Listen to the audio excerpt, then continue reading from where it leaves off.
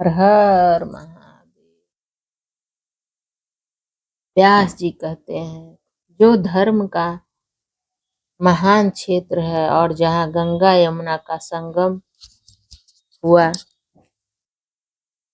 उस परम पुण्यमय प्रयाग में जो ब्रह्मालोक का मार्ग है, सत्यव्रत में तत्पर रहने वाले महात्मा तेजस्वी महाभाग महात्मा मुनियों के एक विशाल ज्ञान यज्ञ का आयोजन किया। उस ज्ञान यज्ञ का समाचार सुनकर पौराणिक शिरोमणि व्यास शिष्य महामुनि सूत जी वहां मुनियों का दर्शन करने के लिए आए। सूत जी आते देख वे सब मुनि उस समय हर्ष से खिल उठे और अत्यंत प्रसन्न चित्त से उन्होंने उनका विधिवत स्वागत सत्कार किया। तत्पश्चात उन प्रसन्न महात्माओं ने उनकी विधिवत स्तुति करके विनय पूर्वक हाथ जोड़कर उनसे इस प्रकार कहा, सर्वज्ञ विद्वान रोमहर्षणी, आपका भाग्य बड़ा भारी है। इसी से आपके व्यास जी के मुख से अपनी प्रसन्नता के लिए ही संपूर्ण पुराण विद्या प्राप्त की। इसीलिए आप आश्चर्य स्वरूप कथाओं के भंडार हैं। ठीक उसी तरह जैसे रत्नाकार समुद्र बड़े बड़े सारभूत रत्नों का आगार है, तीनों लोकों में जो कोई वस्तु है वह आपसे अज्ञात नहीं है। आप हमारे सौभाग्य से इस यज्ञ का दर्शन करने के लिए यहाँ पधार गए हैं और इसी इसी इसी उद्देश्य से हमारा कुछ कल्याण करने वाले हैं, क्योंकि आपका आगमन निरर्थक नहीं हो सकता। हमने पहले भी आपसे शुभाशुभ तत्व का पूरा पूरा वर्णन सुना है, किंतु उससे तृप्ति नहीं होती। हमें उसे सुनने की बारंबार इच्छा होती है। उत्तम बुद्धि वाले सूत जी, इस समय हमें एक ही बात सुननी है।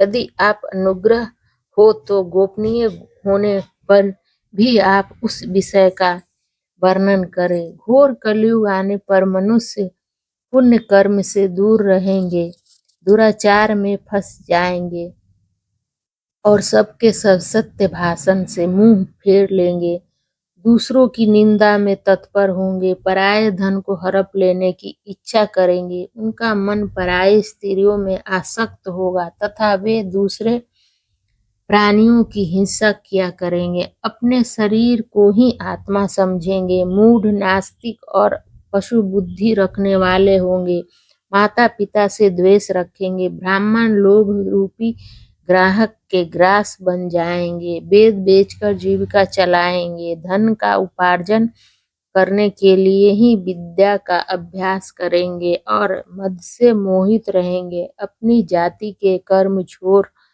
देंगे, प्राय दूसरों को ठगेंगे, तीनों काल की संध्योपासना से दूर रहेंगे और ब्रह्म ज्ञान से शून्य होंगे, समस्त क्षत्रिय की स्वधर्म का त्याग करने वाले होंगे, कुसंगी पापी और व्यभिचारी होंगे, उनसे शौर्य का अभाव होगा, वे कुसंगित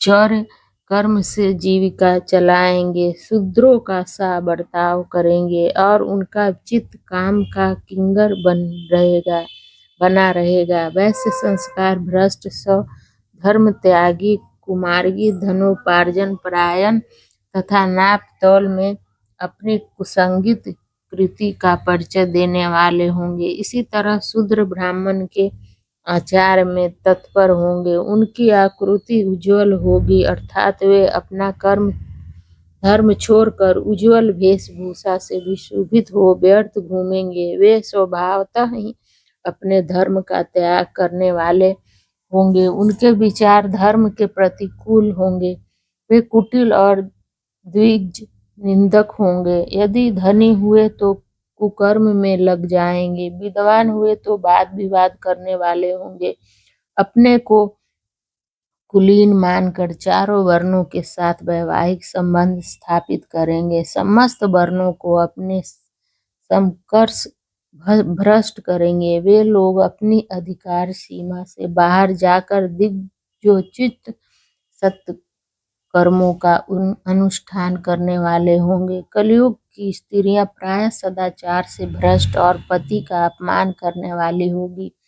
सास ससुर से द्रोह करेगी, किसी से भय नहीं मानेगी, मलिन भोजन करेगी, संगीत हाव भाव में तत्पर होगी। उनका शील स्वभाव बहुत बुरा होगा और वे अपने पति की सेवा से सदा ही विमुख रहेंगे। सूत जी, इस तरह जिनकी बुद्धि नष्ट हो गई है, जिन्होंने अपने धर्म का त्याग कर दिया है, ऐसे लोगों को इस लोक और परलोक में उत्तम गति कैसे प्राप्त होगी, इसी चिंता से हमारा मन सदा व्याकुल रहता है।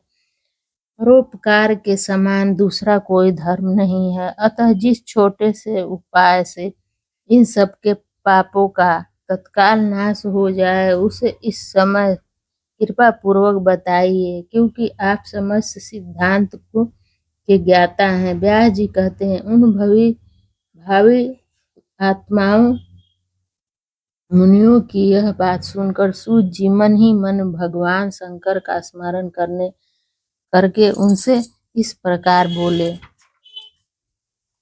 सूत जी कहते हैं, साधु महात्माओं, अपने बहुत अच्छी बात पूछी है। आपका यह प्रश्न तीनों लोकों का हित करने वाला है। मैं गुरुदेव व्यास का स्मरण करके आप लोगों को स्नेहवश इस विषय का वर्णन करूंगा। आप आदर पूर्वक सुने। सबसे उत्तम जो शिव पुराण है, वह वेदांत का सार सर्वस्व है तथा वक्ता और श्रोता का समस्त पापा राशियों से उद्धार करने वाला है। इतना ही नहीं, वह परलोक में परमार्थ वस्तुओं को देने वाला है।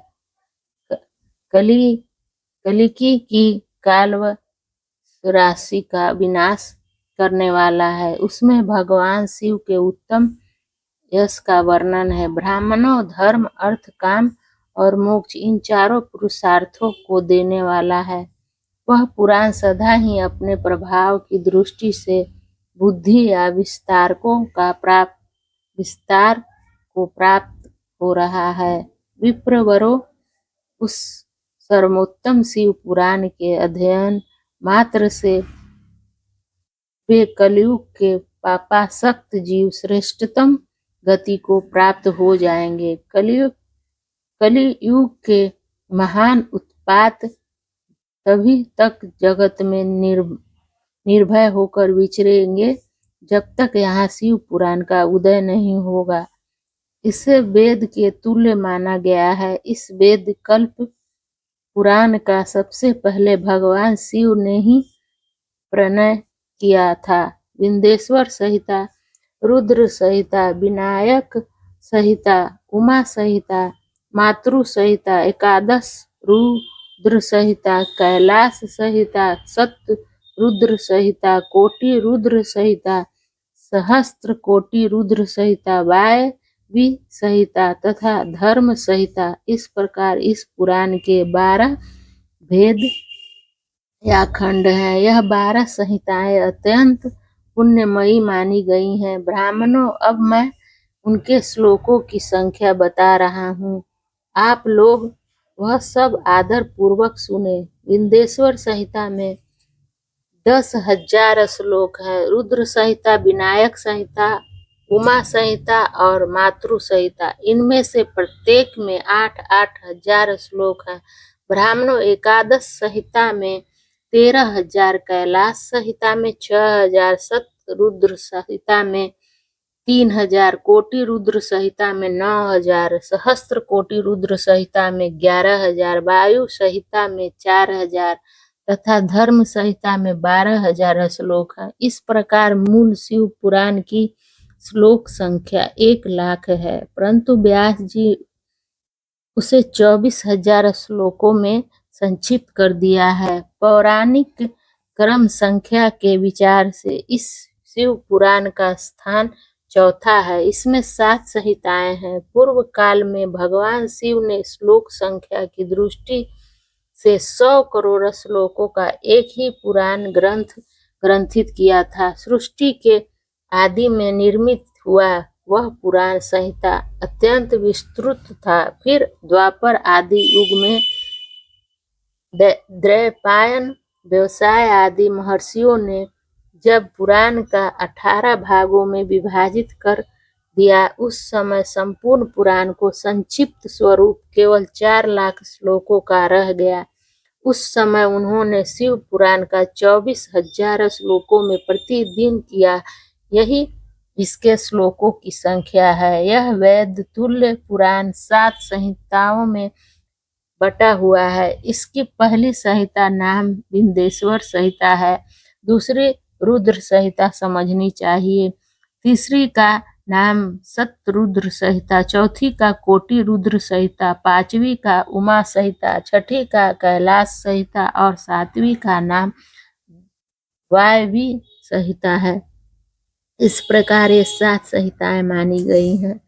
इन 7 संहिताओं में युक्त दिव्य शिव पुराण वेद के तुल्य प्रामाणिक तथा सबसे उत्कृष्ट गति प्रदान करने वाला है। यह निर्मल शिव पुराण भगवान शिव द्वारा ही प्रतिपादित है। इसे शैव शिरोमणि भगवान व्यास ने संक्षेप से संकलित किया है। यह समस्त जीवन समुदाय के लिए उपकारक, त्रिविध तापों का नाश करने वाला, तुलना रहित एवं तत्पुरुष को कल्याण प्रदान करने वाला है। इसमें वेदांत विज्ञान में प्रधान तथा निष्कपट निष्काम धर्म प्रतिपादन किया गया है। यह पुराण ईर्ष्या रहित अंतःकरण वाले विद्वानों के लिए जानने की वस्तु है। इसमें श्रेष्ठ मंत्र समूहों का संकलन है तथा धर्म, अर्थ और काम, इस त्रिवर्ग की प्राप्ति के साधन का भी वर्णन है। यह उत्तम शिव पुराण समस्त पुराण में श्रेष्ठ है। वेद वेदांतों में वेद रूप से विलसित परम वस्तु परमात्मा का इसमें गान किया गया है। जो बड़े आदर से इसे पढ़ता और सुनता है, वह भगवान शिव का प्रिय होकर परम गति को प्राप्त कर लेता है। हर हर महादेव। आपको ये कथा अच्छी लगी हो तो लाइक, कमेंट और सब्सक्राइब करें, और आपको कैसी कथाएं चाहिए इसके लिए कमेंट करके बताएं। हर महादेव।